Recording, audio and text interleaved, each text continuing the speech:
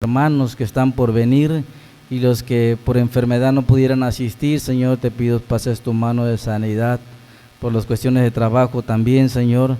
Aquellos hermanos que laboran, Padre, te pido que les bendiga donde estén, Señor, y puedan ajustar sus tiempos para poder estar aquí en tu casa de oración, Señor. Ponemos en tus manos todo lo que aquí estamos, los cantos, Señor, mi garganta, la garganta de mis hermanos, Señor, al que va a exponer hoy la cena y el sermón, Señor, nuestro hermano Abner, Señor, y pedimos en oración siempre por la salud de nuestro hermano Víctor, Señor, pastor de nuestra iglesia, que está padeciendo una enfermedad en su garganta. Yo te pido, Señor, por su vida, por su salud, y que bendiga, Señor, todo lo que hicimos hoy en esta mañana para ti y para los que vamos a participar, Padre. Bendito Padre, te lo pedimos en el nombre de Cristo Jesús. Amén. Aleluya, alabad a Dios en su santuario, alabadle en su majestuoso firmamento, alabadle por sus hechos poderosos, alabadle según la excelencia de su grandeza. Todo lo que respira, alabe al Señor. Aleluya. Salmo 150, 1, 2 y 6. Hermanos, buscamos el número 2. Vamos a cantar el himno número 2 de himnario Celebremos su Gloria. Y así se llama también el canto que entonaremos, Celebremos su Gloria.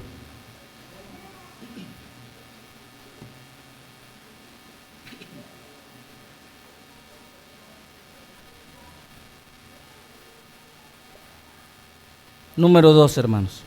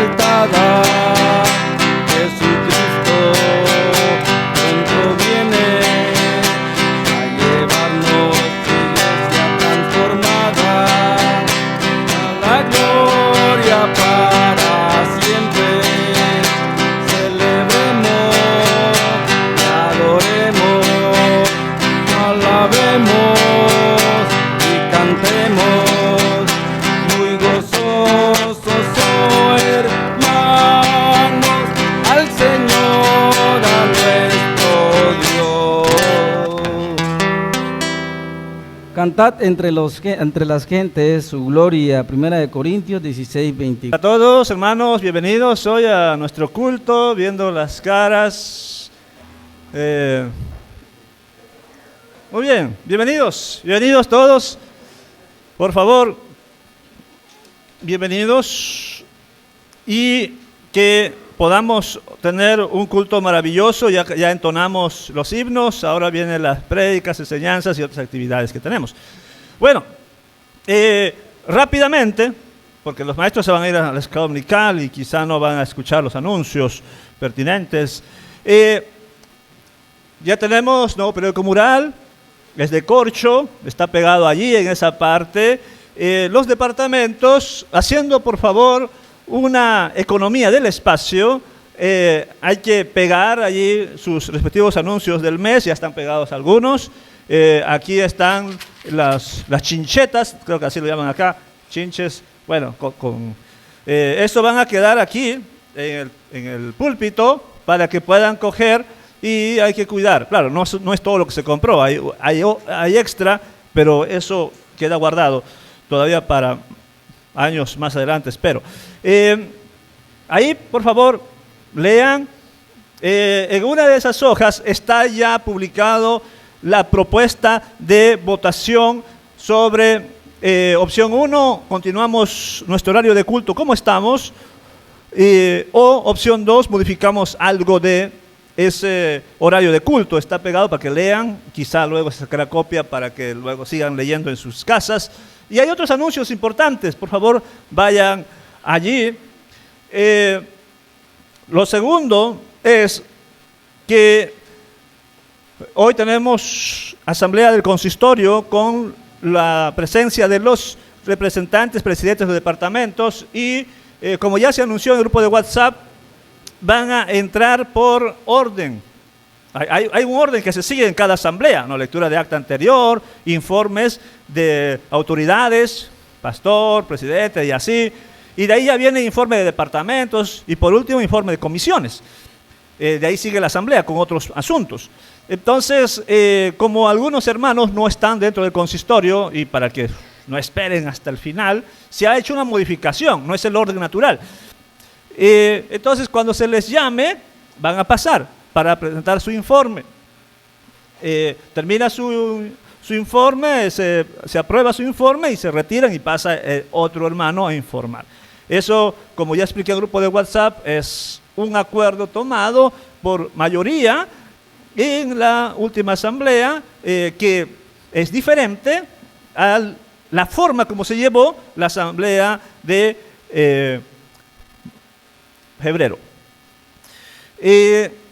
Y por favor, los varones que hoy tienen una pequeña junta a la parte de atrás, tienen que apresurarse porque tenemos asamblea después y las asambleas suelen demorar bastante dependiendo de la temática, ¿no? Los acuerdos que se han de tomar, que sean rápidos porque tenemos asamblea posterior. Y en ese sentido, hermanos, también el siguiente domingo, quizá vamos a achicar un poquito el culto si es que hay alguna actividad especial. Pero voy a pedir, por favor, a todos los miembros de esta iglesia que estén respetuosos, amables, bueno, siempre lo son, pero puntuales y atentos, porque el siguiente domingo, Dios mediante, vamos a tener la visita de un representante de la Convención Bautista, o por lo menos de una iglesia asociada a la Convención Bautista, donde le tendremos la oportunidad de hacerle todas las preguntas, nuestras dudas que quedaron y que quizá no supimos responder, yo o hermano Javier o hermano Raúl. Entonces vamos a ahí tener a uno de ellos, es uno de los líderes de su congregación, estudió teología también, no es el más experto a nivel nacional o regional, pero es uno que está dentro del sistema. El domingo, Día de la Madre, pero así está calendarizado. Y el siguiente domingo, 17, tendremos del mismo modo la visita del representante. Él sí es un hermano, voy a decir así, peso pesado, de la Misión Bíblica Mexicana en esta zona. Entonces va a venir este hermano igual a responder preguntas, ¿ya? Entonces, por favor, atentos, porque el domingo 24 de mayo serán nuestras elecciones o nuestra asamblea extraordinaria para decidir a qué denominación nos unimos y también decidir sobre el cambio de horario, si se hace o no se hace, y si hay algún pedido extra. Esos son los anuncios generales, hermanos, para que escuchen los maestros, escuchen todos. Ahora sí, por favor, ¿alguna vez nosotros hemos hecho alguna promesa y no lo hemos cumplido?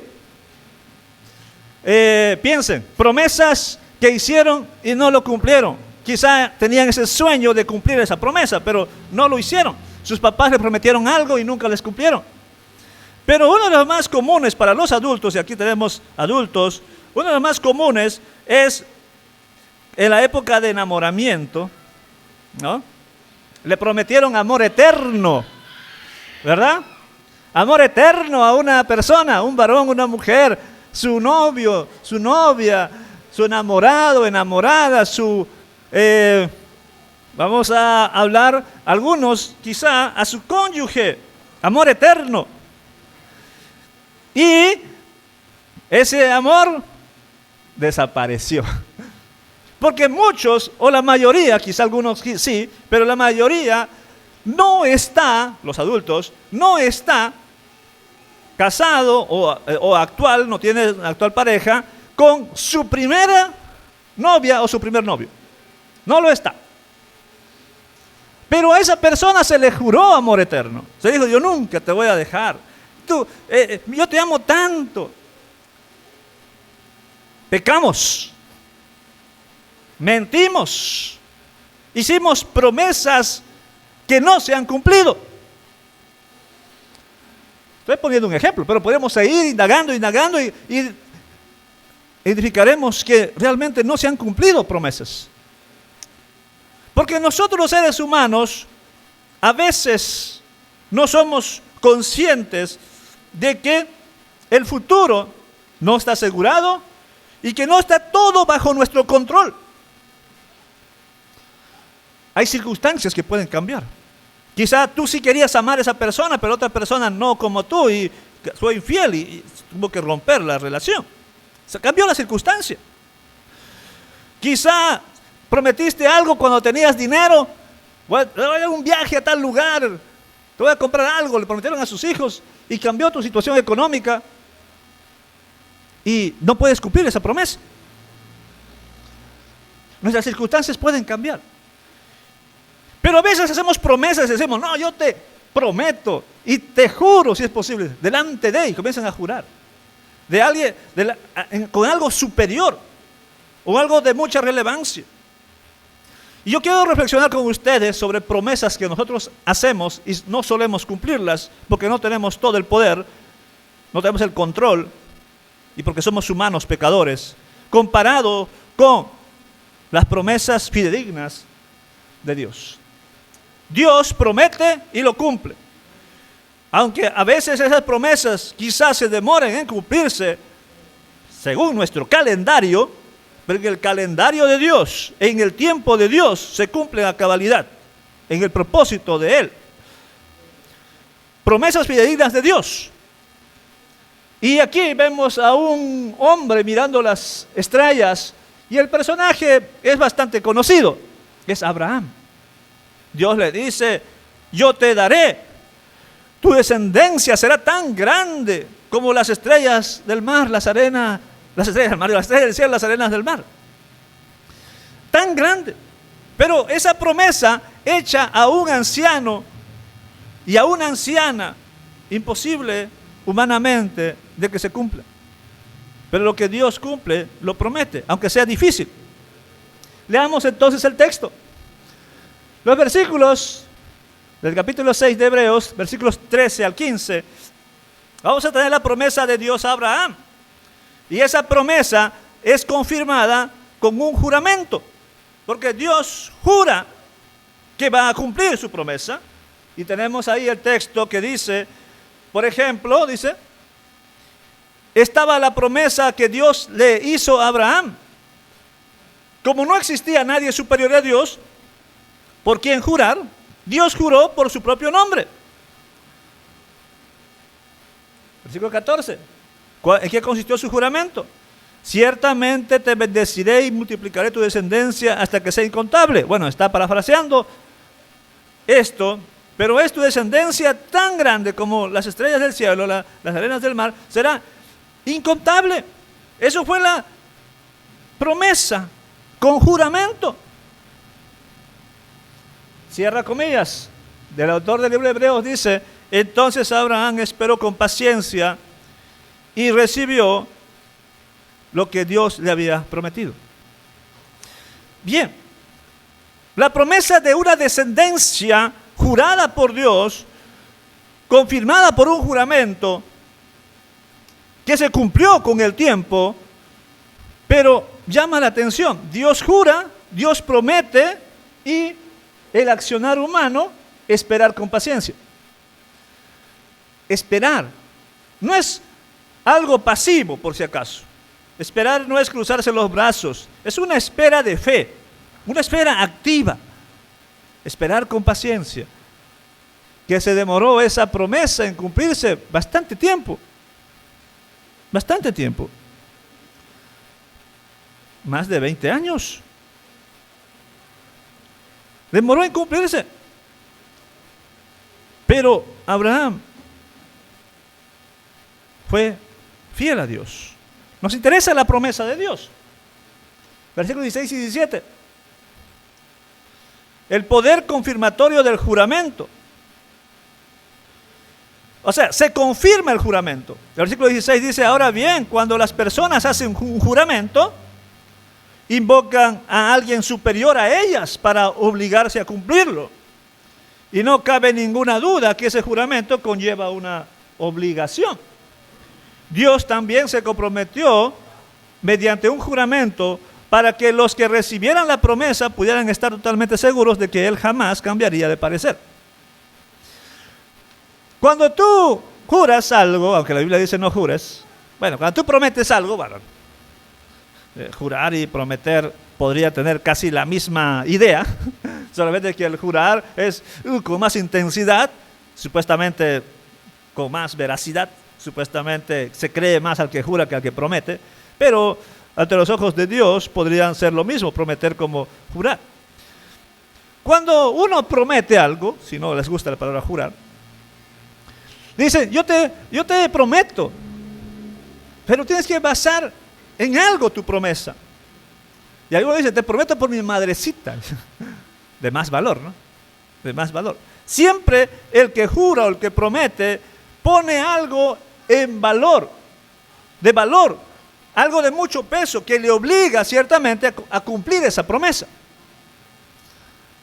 Y algunos dicen: por Dios, delante de Dios yo te digo que voy a cumplir esto.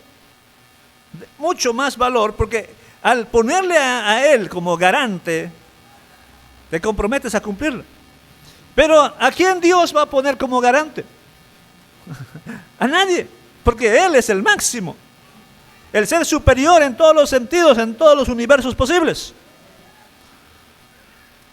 Entonces Dios hizo una promesa tan firme para que todos estemos seguros que Él va a cumplir su promesa. Es un poder confirmatorio de ese juramento que hace. Ahora, ¿qué tiene que ver todo eso con la idea del pueblo que recibe esta epístola? Porque estos no estaban conscientes de que Dios había prometido algo y que lo iba a cumplir. La llegada del Mesías, por ejemplo. Y luego la salvación segura de todos los creyentes. Sigamos. 18 al 20. El aliento de la promesa y el juramento de Dios. Así que Dios ha hecho ambas cosas. ¿Qué ha hecho? La promesa y el juramento. Estas dos cosas no pueden cambiar, porque es imposible que Dios mienta. Por lo tanto, los que hemos acudido a Él en busca de refugio, podemos estar bien confiados, aferrándonos a la esperanza de que está delante de nosotros. Nuevamente, Dios no miente. Esta esperanza es un ancla firme y confiable para el alma. Nos conduce a través de la cortina del santuario interior de Dios, o sea, nos conduce al lugar santísimo. Jesús ya entró allí por nosotros. Él ha llegado a ser nuestro eterno sumo sacerdote según el orden de Melquisedec. Recuerden que el domingo pasado les dije, hay aquí un paréntesis. ¿No? Hay un paréntesis. Ciertamente aquí va a cerrar el paréntesis. Porque antes ya estaba hablando de Melquisedec, de los sacerdotes. Luego se metió a hablar de la inmadurez de la iglesia. Ya predicamos eso el domingo pasado. La inmadurez de la iglesia, que no quieren seguir aprendiendo. Que quieren quedarse todavía allí, como niños. Y la advertencia, no hagas eso porque va a venir el juicio de Dios. Y ahora habla de que Dios no puede mentir, habla del Dios que cumple su promesa y va a terminar mencionando a Melquisedec y los sacerdotes, que será el capítulo 7 al 10. ¿Cuál es el meollo de este pasaje? Hablarnos de que Dios hizo una promesa y hay que confiar en su promesa porque Él cumple sus promesas. Él los cumple. Y como los cumple y los ha cumplido en el pasado y los sigue cumpliendo ahora, nuestra fe debe estar firme. Firme. ¿Por qué? Porque Jesús ya ha hecho el trabajo por nosotros. Jesús murió por nosotros. Entregó su sangre en el lugar santísimo. Él es a la vez el Cordero Pascual y el sumo sacerdote. Jesús ya lo hizo y eso estaba prometido en el Antiguo Testamento. Amados hermanos, este pasaje concreto nos anima a seguir confiando en Dios, seguir confiando en Jesucristo, porque Dios es fiel a lo que promete. Los hermanos receptores de esta epístola, los hebreos, estaban queriendo abandonar la fe cristiana para volver al judaísmo. El autor del libro de Hebreos dice, no hagan eso, porque ese mismo Dios que juró a Abraham y que cumplió con darle una descendencia, ese mismo Dios también ha enviado a un nuevo sumo sacerdote, según el orden de Melquisedec, y nos seguirá hablando luego capítulos 7, 8, 9 y 10, sobre la superioridad de este sumo sacerdote comparado con los sumos sacerdotes levíticos. Pero Dios es fiel. Dios ha sido fiel. Entonces, ¿quiénes van a tomar la Santa Cena hoy? Los que confían fielmente en las promesas del Señor. Los que confían fielmente. ¿Confías en Dios? ¿Confías fielmente en sus promesas, aunque pareciera que se te tardan en cumplirlas? ¿Confías que Cristo va a volver pronto, aunque pareciera que ya se está demorando más de la cuenta, ya son 2000 años en promedio? ¿Confías en que vas a ser salvo? Confía en Dios, confía en sus promesas, porque Dios no miente, y una de las cosas que Él ha demostrado es enviando a su Hijo a morir en la cruz por nosotros. Y por eso recordamos la Santa Cena, porque el Señor, nuestro Dios, cumplió su promesa. Había dicho que iba a enviar a alguien a morir por nosotros, y ciertamente lo cumplió. Dios es fiel. Ya saben, las visitas, tenemos requisitos para tomar cena del Señor y hay advertencias. Vamos a orar. Oh Dios bendito, muchas gracias. Gracias a todos, Señor, aquí que llegaron para este culto. Permite que podamos salir bendecidos hoy. Señor, bendice a los niños, bendice a los jóvenes, a los adultos, a los ancianos. Que tu gracia siempre los sostenga. Los ayudes en su vida cristiana, los que están flaqueando, los que están dudando, los que están teniendo muchas tentaciones. Ayúdalos, Señor. pero que no se olviden que tú eres el Dios que hace grandes maravillas y que hace promesas y las cumple. No como nosotros los humanos, que a veces prometemos y por diversas circunstancias, incluyendo nuestros pecados, no los cumplimos. Pero tú eres, Señor, fiel y tú cumples lo que prometes. Tenemos ejemplos en tu palabra de que tú has sido fiel. Has sido fiel con Abraham y has sido fiel al enviar a tu Hijo Jesucristo a morir en la cruz. Y nosotros aquí disfrutamos de esa fidelidad. Como dijera el autor de Lamentaciones, cada día es nueva tu misericordia, tu fidelidad. Señor, disfrutamos de tu fidelidad. Ayúdanos a serte fieles también. Padre, gracias, muchas gracias. Gracias por tus hijos, por tus hijas que están aquí. Y te quiero pedir que bendigas los elementos de la Santa Cena. Bendice, Señor, el pan que representa el cuerpo de nuestro Señor y bendice la copa que representa la sangre de nuestro Señor. Bendícelos y que todos los que van a participar hoy sean, Señor, también bendecidos. Oro en Jesucristo. Amén. Por favor, los diáconos.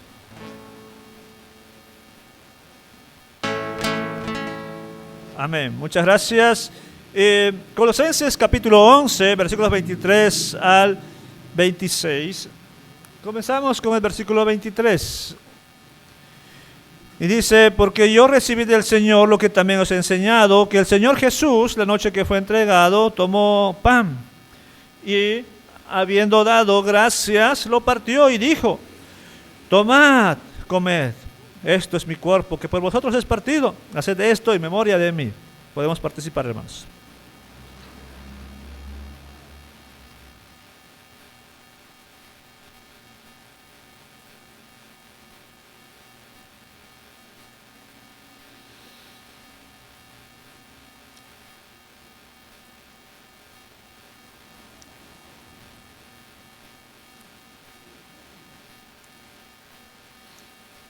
Versículo 25. Asimismo, tomó también la copa después de haber cenado, diciendo, esta copa es el nuevo pacto en mi sangre. Haced esto todas las veces que la bebiereis en memoria de mí. Podemos participar.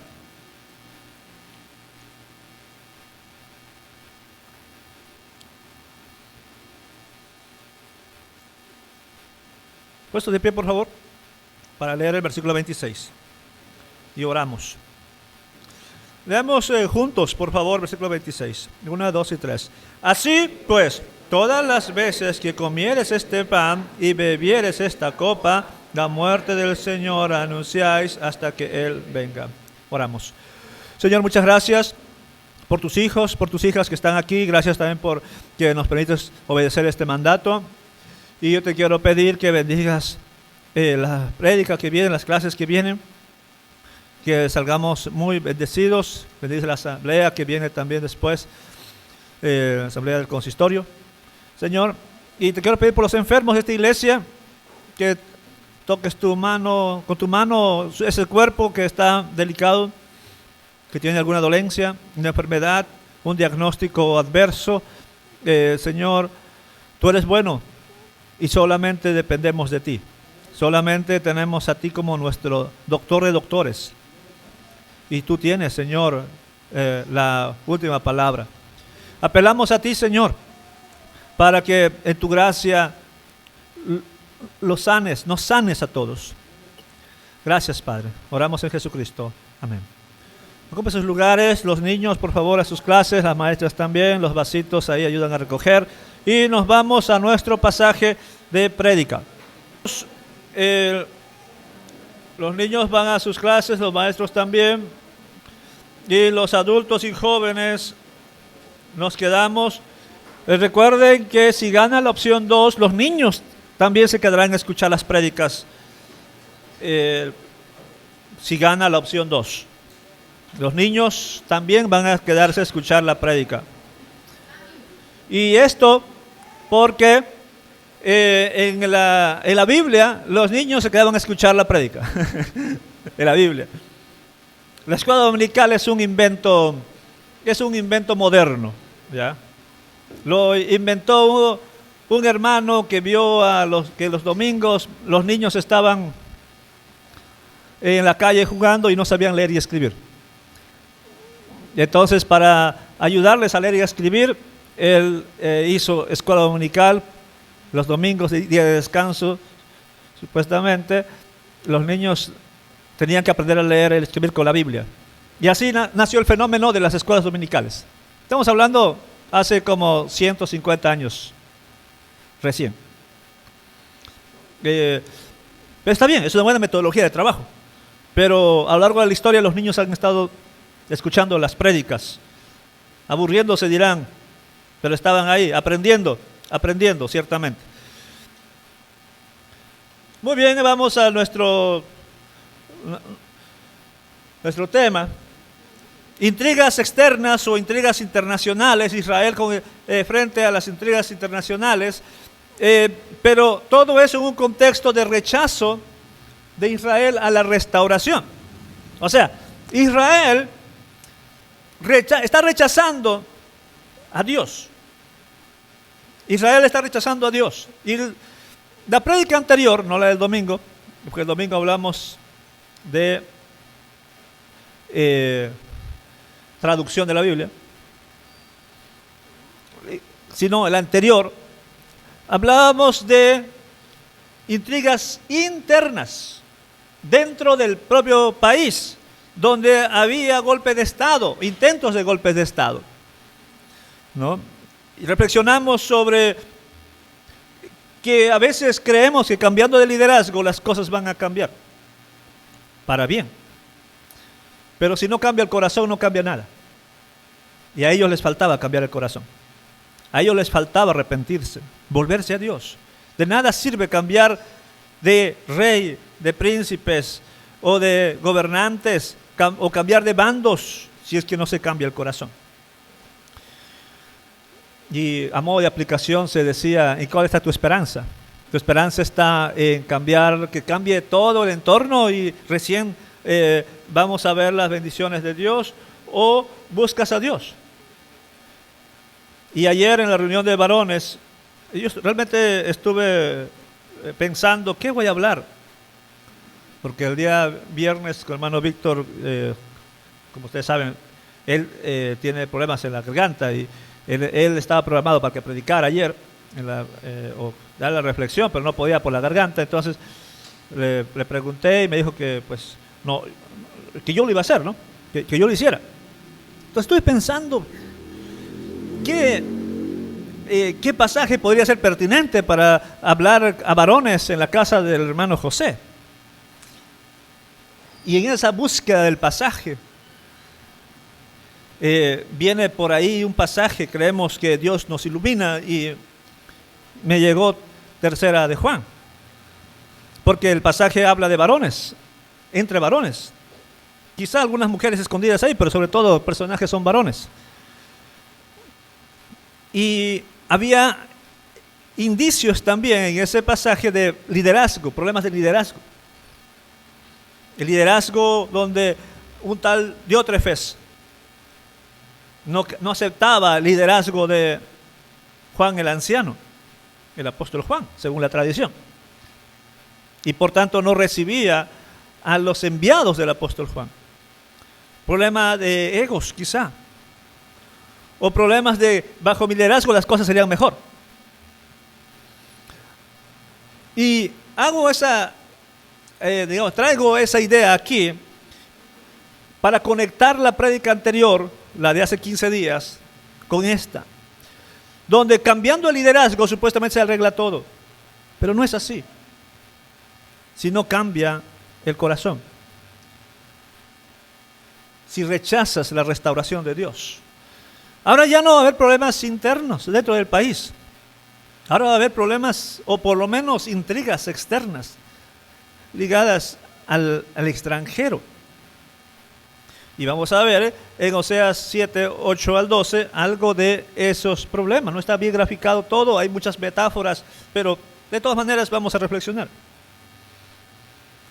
Y seguimos con el no. No quiero. Y yo tengo la respuesta. Yo tengo la solución. Lo que tú dices no tiene sentido. Me pasa mucho con los adolescentes, no de esta iglesia, porque no estoy trabajando con ellos. Pero cuando alguna vez tuvieron allí una iglesia el atrevimiento de contratarme como pastor de adolescentes, yo había recién graduado del Instituto Bíblico, tenía 19 años. Y la iglesia, una iglesia grande, muy grande, grande en miembros, no sé, habría como 200 miembros quizá. Bueno, que sean 150 miembros. Pero esa iglesia tenía una escuela. Esa escuela tenía inicial, primaria y secundaria, dentro de su propio terreno. Y había pues muchos adolescentes. Entonces la iglesia decidió contratar a un pastor de jóvenes y adolescentes. Contratar, o sea, pagar. Y buscaron el Instituto Bíblico y yo era uno de los candidatos. Pues acepté mi primera experiencia formal de trabajo. Pero esos adolescentes eran rebeldes. Rebeldes, creían que tenían la solución a todo, no querían escuchar a sus padres, menos al líder espiritual. Yo me imagino que aquí los adolescentes también son así, los jóvenes son así. No he lidiado con ellos. Pero en la escuela tengo adolescentes que están siempre diciendo, no, eso es lo que piensas, esa es tu idea. Pero no quieren hacer caso. Piensan que tienen la solución. Piensan que ellos son más inteligentes que sus padres o más inteligentes que sus profesores, cuando olvidan que los adultos ya pasaron por situaciones parecidas. La sociedad cree tener la razón. No escucha la voz de Dios. Tienen sus propias soluciones. Y aquí vemos una persona que ilustra el no me hables, déjame en paz. Así actuaba Israel con Dios, con los emisarios de Dios, los profetas. Y así actúa la sociedad hoy en día al escuchar a los predicadores, a los evangelistas, a los pastores, a los maestros. Yo sé eso, no te preocupes. Yo sé cómo termina la historia. Y peor es tratar con niños que crecieron en la iglesia. Estás enseñando la Biblia y dice, pero yo ya conozco esa historia. Pero no es conocer la historia, es reflexionar sobre la historia. Creen de que tienen las respuestas. Israel creía tener las respuestas. Creía tener la solución a sus problemas. Pero cuidado. Esas soluciones no son soluciones correctas. Vamos a ver versículos 7 y 8. Ignorancia de esa debilidad que ellos tenían. Como estoy haciendo últimamente, tengo en las diapositivas una traducción diferente a lo que leemos frecuentemente, y la razón es porque esa traducción explica la idea. Voy a explicar esto, luego quizá otro día explique nuevamente. Tenemos dos filosofías de traducción de la Biblia. Uno se llama equivalencia formal y la otra equivalencia dinámica. La equivalencia formal es una traducción que busca conservar en demasía la traducción de las palabras o frases del hebreo al español o del griego al español, inclusive algunos conservando la estructura original, el orden de las palabras. Claro, aunque no se entiende del todo, entonces se hacen pequeños ajustes, pero tratan de conservar palabra por palabra si es posible. Es una equivalencia formal. Pero hay otra filosofía que se llama equivalencia dinámica, donde no se traduce las palabras, se traduce la idea. Y en esa traducción es ciertamente más entendible. Y lo que tengo aquí es la traducción viviente. Voy a usar las dos traducciones, ciertamente. La traducción viviente que está en la diapositiva y que voy a leer, juntamente con la Reina Valera que también voy a leer. Versículos 8 y 9. Pero antes de esa lectura, quiero que para conectar lo que estábamos hablando en la prédica anterior, fíjense lo que dice el 7.1 y el 7.7. La situación de Israel, ¿cómo está? Dice el versículo 1, mientras curaba yo a Israel, o sea, está enfermo. Su situación es de enfermedad, de necesidad de ayuda. Mientras curaba yo, descubrí que estaba lleno de iniquidad, etc. Versículo 7, la parte final. Aunque estaban ardiendo, estaban siendo devorados, etcétera, etcétera, no hay entre ellos quien a mí clame.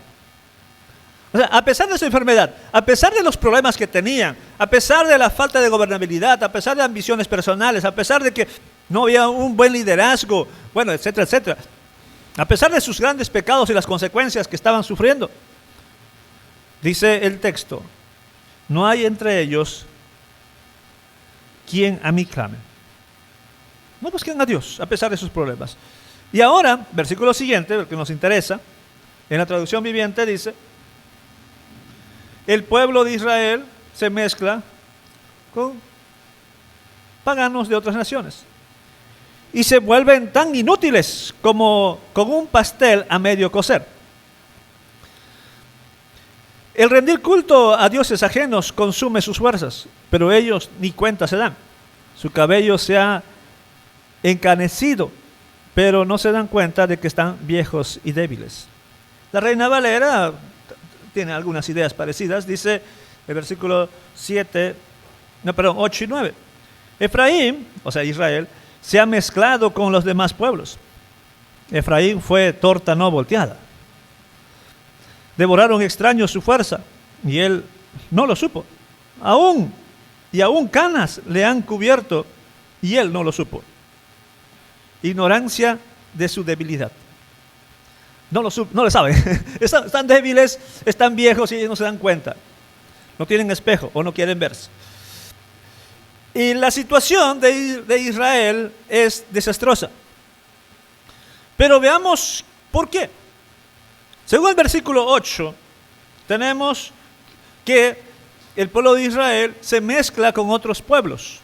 Y dirán ustedes, ¿qué de malo tiene mezclarse con otros pueblos? Aquí en Tapachula estamos mezclados con otros pueblos. Vivimos en el mismo lugar. En la iglesia mismo estamos mezclados con otros pueblos. ¿Qué de malo tiene? El problema no está en mezclarse con otros pueblos. Dios no prohíbe mezclarse con otros pueblos en sí. Lo que Dios prohíbe es que en esa mezcla el pueblo de Israel sea influido por la religión de esos pueblos. Eso es el problema. Ahora, ¿por qué decimos que Dios no prohíbe necesariamente la mezcla con otros pueblos?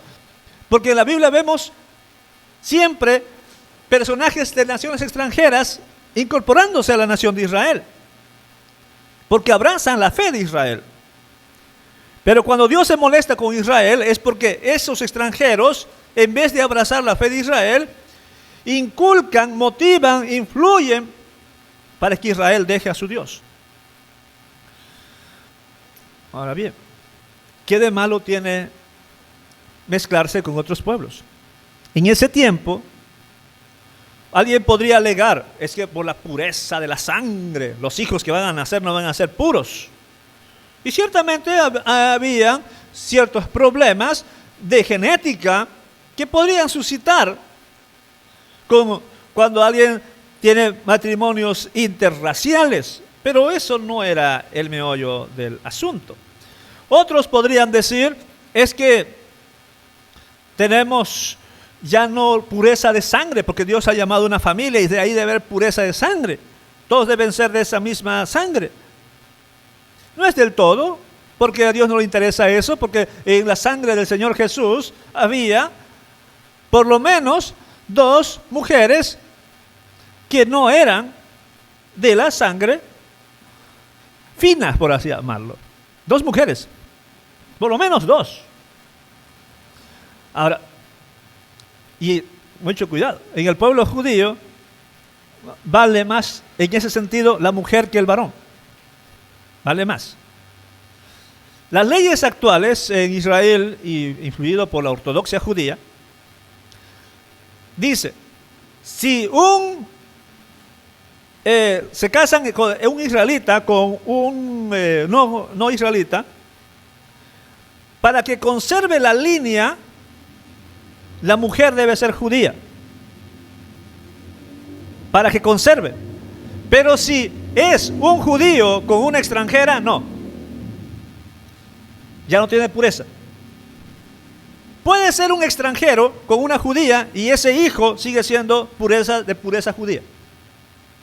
Aunque el papá no sea judío. Por la mujer.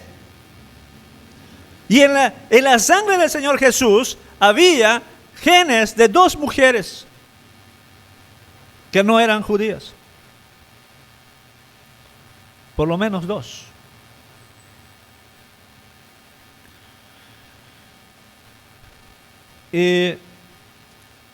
Pero es que a Dios no le llama mucho la atención.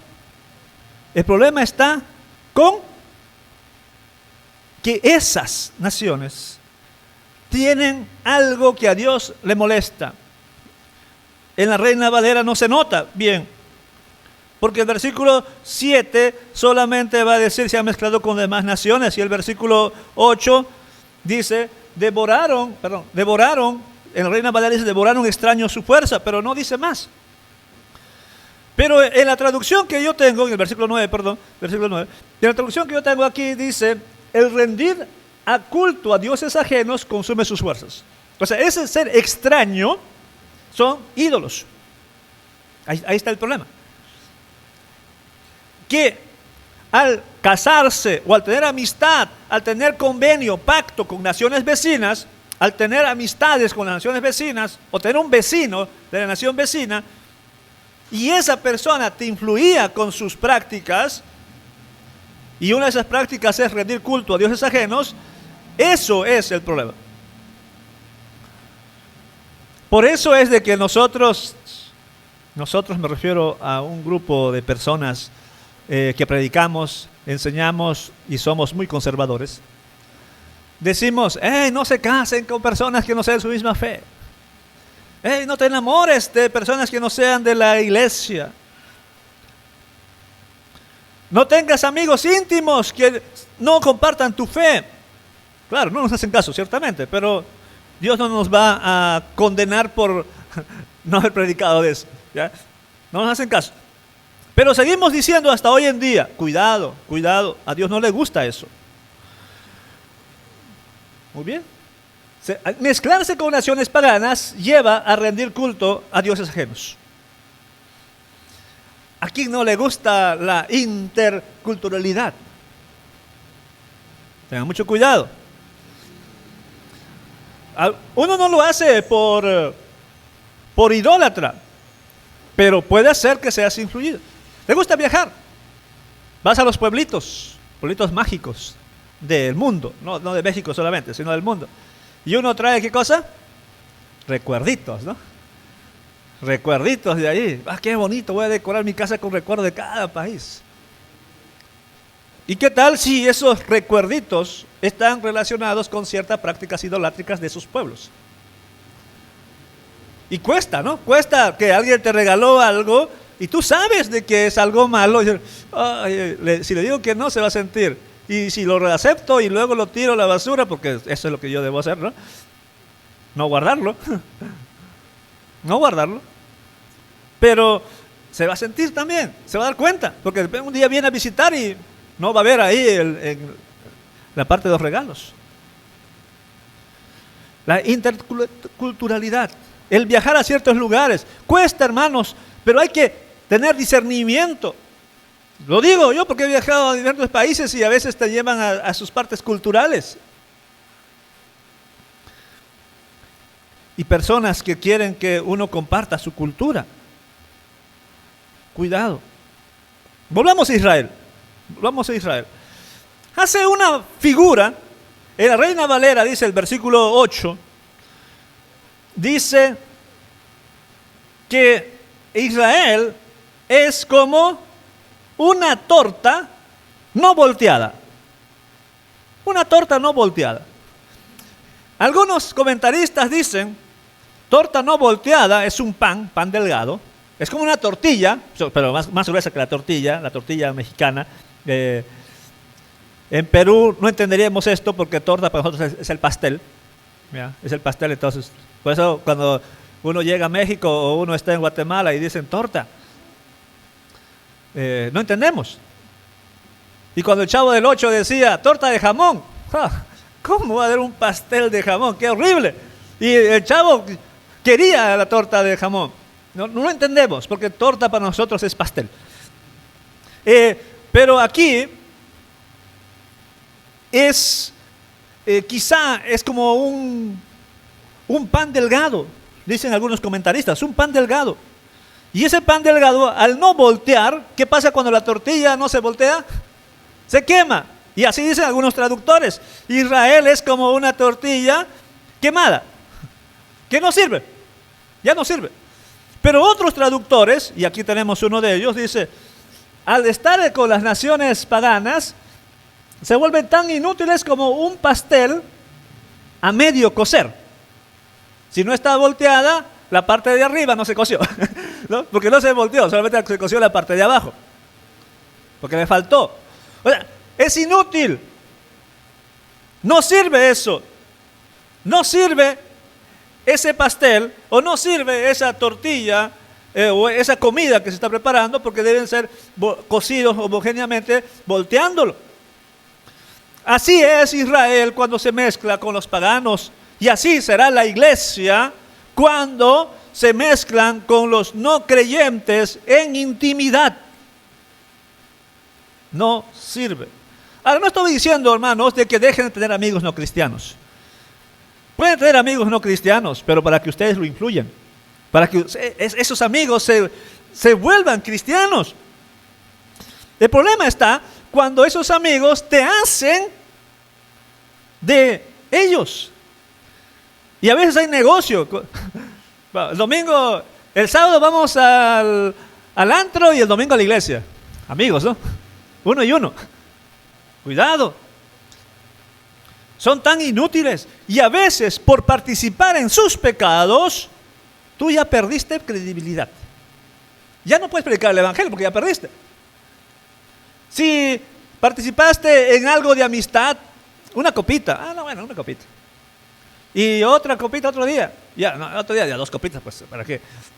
Después le dices, mira, te invito a la iglesia, allí los hermanos, y dice, la prédica dice, hermano, no tomen, no se emborrachen.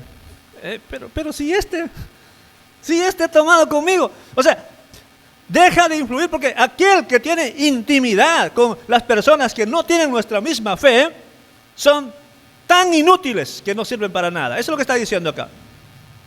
Son inútiles como un pastel a medio cocer. Ahora, al rendir culto a esos dioses, dice el texto, le están quitando su fuerza. Les consumen sus fuerzas.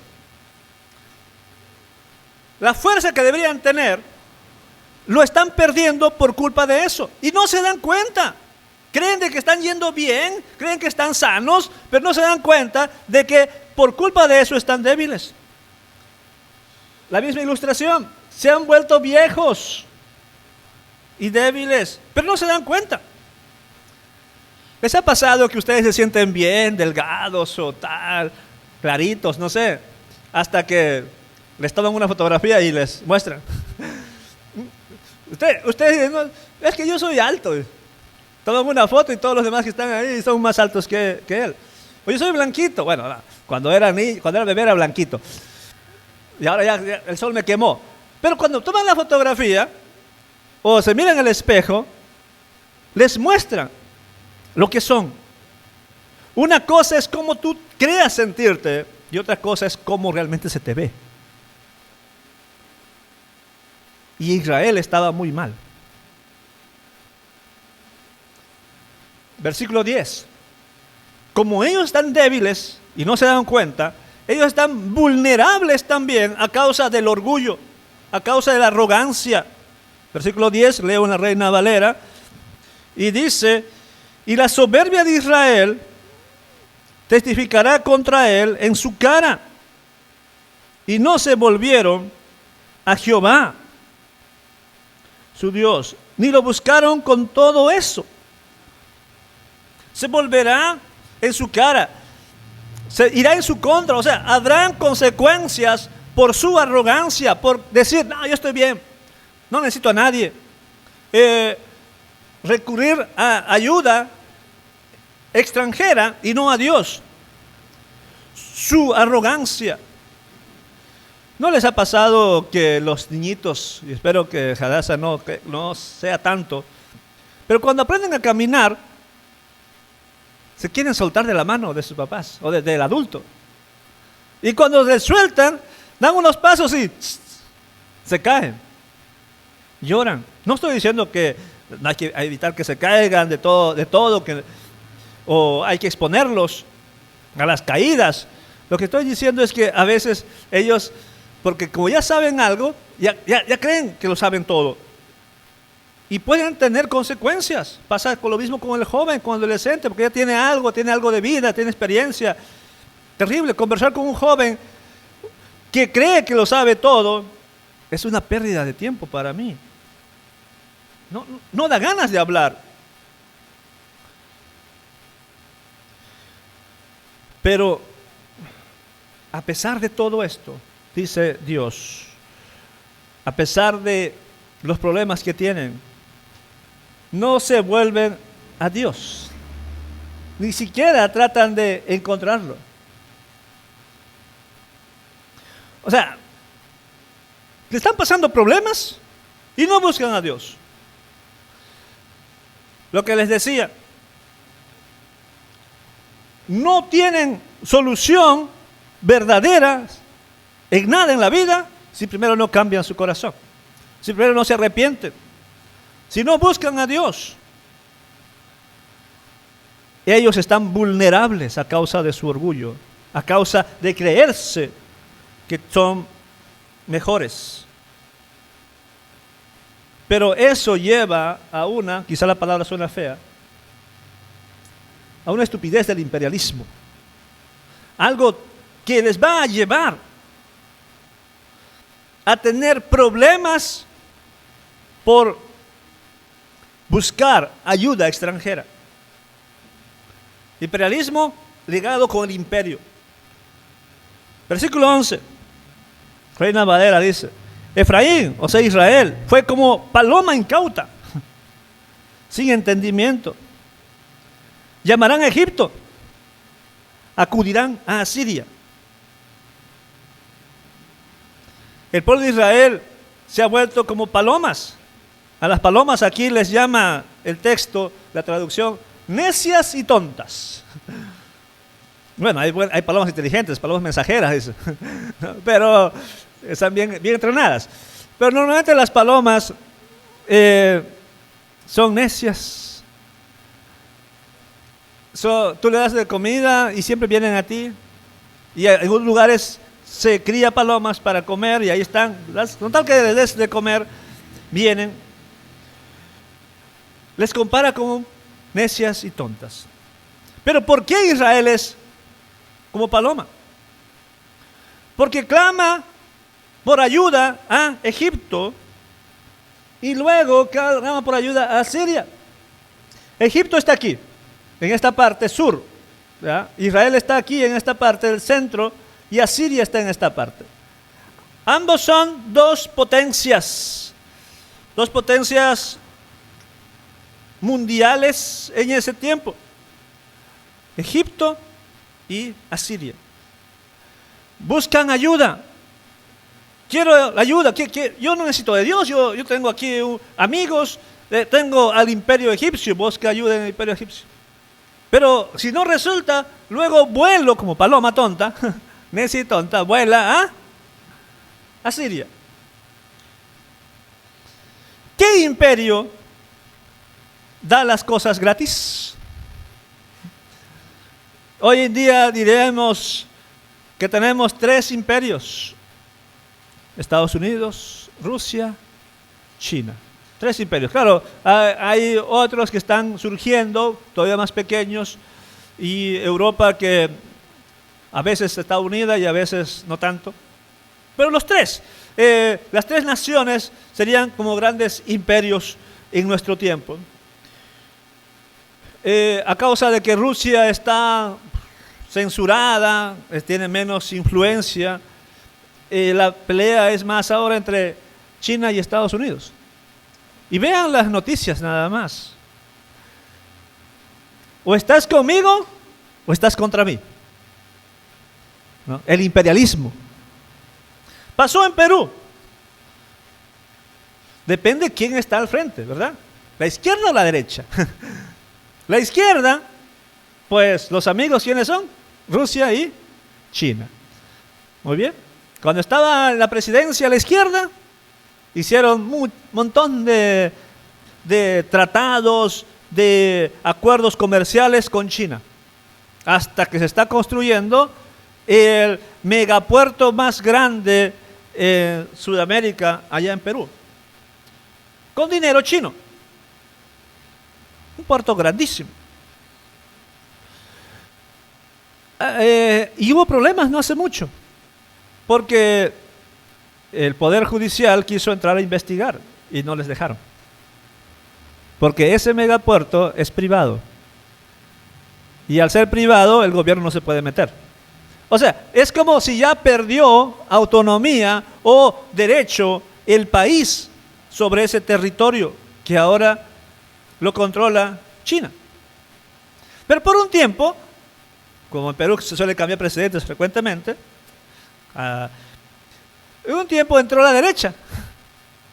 Luego lo sacaron, pero entró la derecha, no por elecciones, sino por sucesión dentro de la Constitución. Entró la derecha y ahora giró hasta a Estados Unidos. Y en estos últimos días hay un presidente de izquierda y ahora tenemos elecciones. Entonces hay un problema ahí, es el imperialismo. ¿A quién vas? Y ya Estados Unidos dijo, ¿estás conmigo o contra mí? ¿No? Si sigues haciendo alianzas con China, estás contra mí. Y Perú acaba de firmar un contrato de compra de aviones modernos, aviones de guerra, porque los aviones están ya obsoletos, ¿no? Y una de las cláusulas dice, solamente lo puedes usar contra los enemigos de Estados Unidos. Si tu guerra es con un amigo de Estados Unidos, esos aviones no salen a volar. Está en el contrato. Y el imperialismo es así. Todo es para mi provecho. No te ayudo, pero no es que te estoy ayudando. Yo me estoy ayudando. Ahora, Israel es como paloma necia y tonta. Va a un imperio que no es que sean amigos, y luego se va al otro imperio que también no es amigo. Todos quieren sacar provecho. Esos son los dilemas internacionales. ¿Y por qué buscar ayuda en las potencias militares y no buscar ayuda en Dios? Esa es la denuncia de Oseas, pero no solamente de Oseas, es la denuncia de Jeremías, es la denuncia de Isaías, es la denuncia de Ezequiel. Porque el ser humano pone su confianza en cosas que ven, en cosas materiales, en el poder bélico, y no en Dios. Y ahora nosotros podemos caer en lo mismo, como les decía el domingo pasado, el antepasado.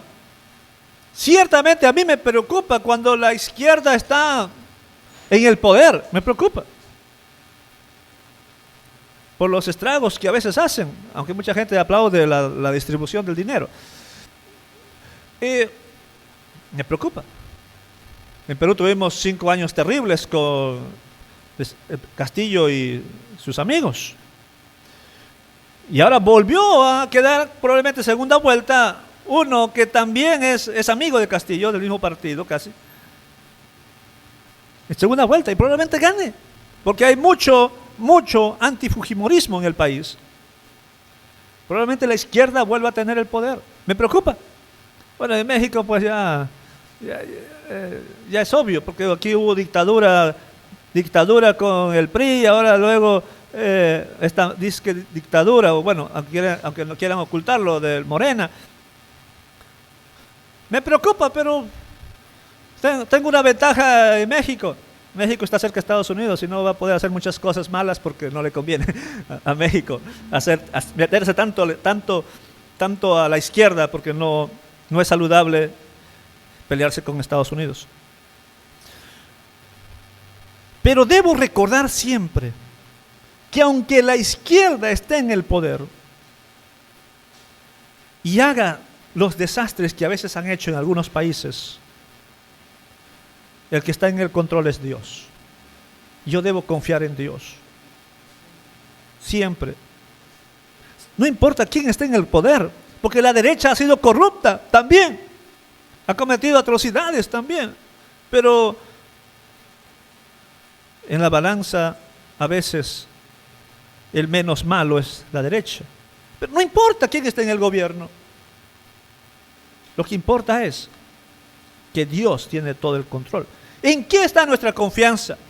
Israel ponía su confianza en las potencias militares. No importa aunque sea contraproducente. Un rato voy con Egipto y otro rato voy con Asiria. Dos grandes enemigos y cada vez es peor. Porque no se dan cuenta que cuando tú vas a pedir ayuda de alguien te pide algo. Pero luego si vas a pedir ayuda al contrario, a la competencia, te va a pedir mucho más que el que te pidió el anterior. Te va a cobrar más. Y no se dan cuenta de eso. Intrigas extranjeras. Y ojo, todos quieren tener esta franjita. Todas las potencias querían controlar esta franjita. Porque es una franja de cruce estratégico, comercial. Todos querían esa franja. ¿Y por qué no buscar la ayuda de Dios? Versículo 12. Tendremos el castigo de Dios. Hablando de estas palomas. Versículo 12 dice en la Reina Valera: cuando vayan ahí a Egipto o cuando vayan a Siria, dice, cuando fueren, tenderé sobre ellos mi red, les haré caer como aves del cielo, les castigaré conforme a lo que han anunciado en sus congregaciones. La traducción viviente dice: pero mientras revolotean, arrojaré mi red sobre ellas y los derribaré como a un pájaro que cae del cielo. Los castigaré por todo el mal que hacen. Dios va a castigar para esta nación que en vez de buscar la ayuda de Dios está buscando en los ídolos, porque eso dice el versículo 9. Están buscando en los ídolos. Y luego están buscando ayuda en las potencias militares. Los voy a castigar. Con Dios no se juega. Algo que es difícil hoy en día es difícil de predicar. A la gente no le interesa escuchar esto. Quieren escuchar: Dios te ama, Dios te bendice, vas a ser rico, Dios te va a dar ese carro que sueñas, esa casa que sueñas, Dios te va a dar todo lo que tú quieras, porque Él es tu padre, tú eres princesa de Dios, Él es príncipe. ¿Qué padre no le da a su hijo su gusto? Y viendo a unos padres, ciertamente que sí.